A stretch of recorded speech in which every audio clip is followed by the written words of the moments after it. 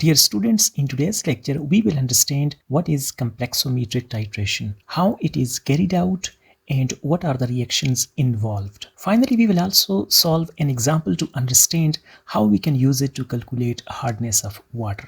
Let's dive in.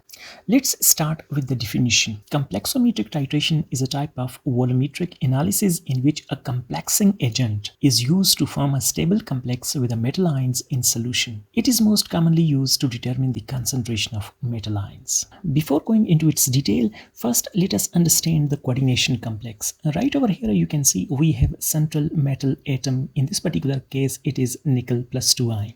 And surrounding the metal ion we have cyanides which are acting as electron donor.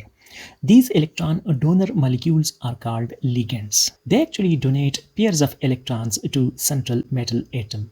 They come close to the central metal atom and then donate their electrons to central metal atom to form a coordination complex or simply a complex. This results in a particular shape of a molecule, like over here you can see it is a square planar complex. Here in this case the cyanide ligand only donates one pair of electrons. So a ligand that donates one pair of electron is called monodentate ligand.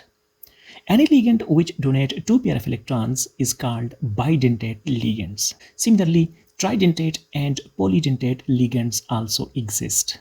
Now let's look at a bidentate ligand. Over here you can see we have a central metal atom, and right now we have these three bidentate ligands which are actually ethylene diamine. Now each ethylene diamine molecule contributes two pair of electrons to the central metal atom. So a coordination complex in which a single ligand forms multiple bonds to central metal ion, creating a ring-like structure, is called a chelate. This is how we can actually write this chelate. Here you can see one pair of electron comes from one nitrogen and the other pair comes from the other nitrogen. Now let's look at a very important polydentate ligand which is called EDTA. Here is the structure of EDTA. EDTA is actually the abbreviation of ethylene diamine tetraacetic acid. It is a polydentate ligand. It can contribute electrons from oxygen on each carboxylic acid group, and similarly a pair of electrons from each nitrogen can also be contributed to the central metal atom. So in practical sense it is actually a hexadentate ligand. But this ethylene diamine tetraacetic acid is not an ideal agent for complexing, particularly when we use it for a practical purpose like determining the hardness of water. The reason behind this is actually it's poorly soluble in water, it is sticky, and it requires a strong base like sodium hydroxide. But the main problem that it actually has is its poor solubility in water. Instead of using ethylene diamine tetraacetic acid, we actually use its salt. It is disodium salt. Over here you can see we have its hydroxide group replaced by sodium ion. So it is actually a disodium salt of ethylene diamine tetraacetic acid. It is highly soluble, it is crystalline, and it is easy to handle in lab. EDTA actually forms most stable complex with metal ions at higher pH value. At pH 10, deprotonated form of EDTA which strongly binds with calcium 2+ ions. And it must be noted that ammonium chloride and ammonium hydroxide are used as buffer solution. Let's look at the reactions. So here we have our practical setup. Metal ion with EBT and buffer solution is taken in titration flask. EBT is an azodye acting as an indicator in this particular reaction. The reaction requires to have a buffer solution so that the pH can be maintained at around 10. EDTA solution is taken in the burette. As soon as we mix EBT and metal ions together, they actually form a complex. The structure of EBT is like this. Over here you can see we have two nitrogen atom and two hydroxyl group which actually act as electron donors. The color of EBT is intense blue color. The reaction happens like this. As soon as they are mixed together, we have intense blue color in the titration flask. Metal ion in this particular case, which is calcium, is surrounded by 6 ligands. 3 pairs of electrons are contributed by 2 hydroxyl group and 1 nitrogen atom, and the other 3 electrons are contributed by the water molecules. So a complex is formed between a metal and EBT over here in this titration flask.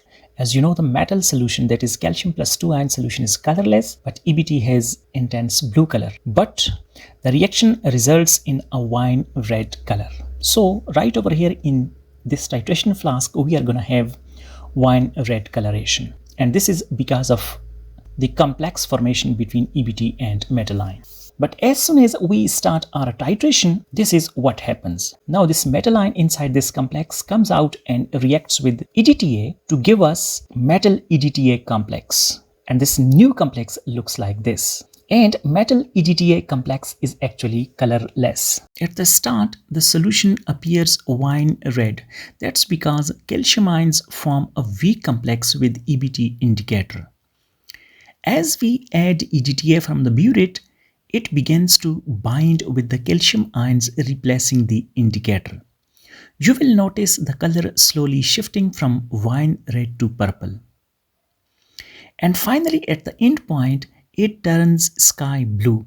That's when all the calcium ions are bound to EDTA, leaving the free indicator behind.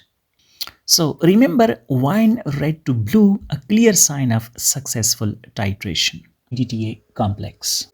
Now this metal ion that gets out of this entanglement and react with EDTA is favored by the stability order. Actually, metal EDTA complex is more stable than metal EBT complex due to entropy consideration.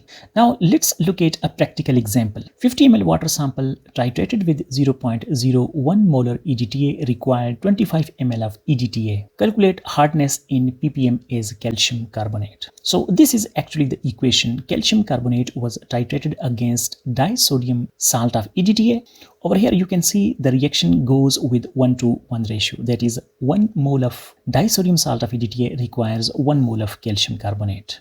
Since the number of moles are equal, so we can actually write M1V1 by N1 is equal to M2V2 by N2, where M represent molarity, V volume, and N represent the coefficient in balanced chemical equation.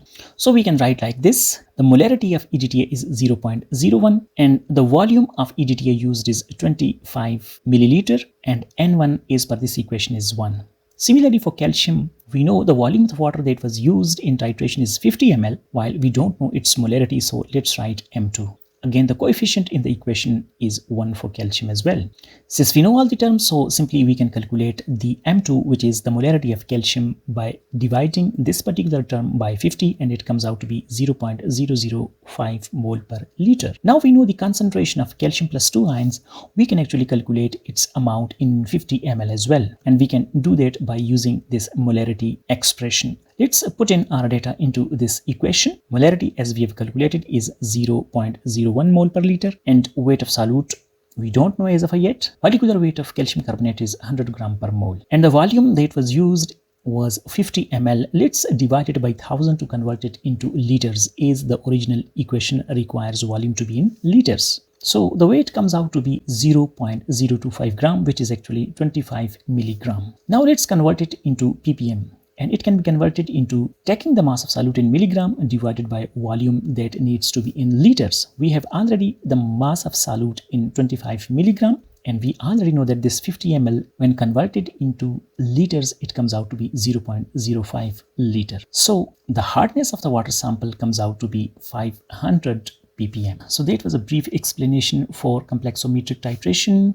I hope you have found this lecture useful. Please give this video a thumbs up, subscribe to this channel, and thanks for watching.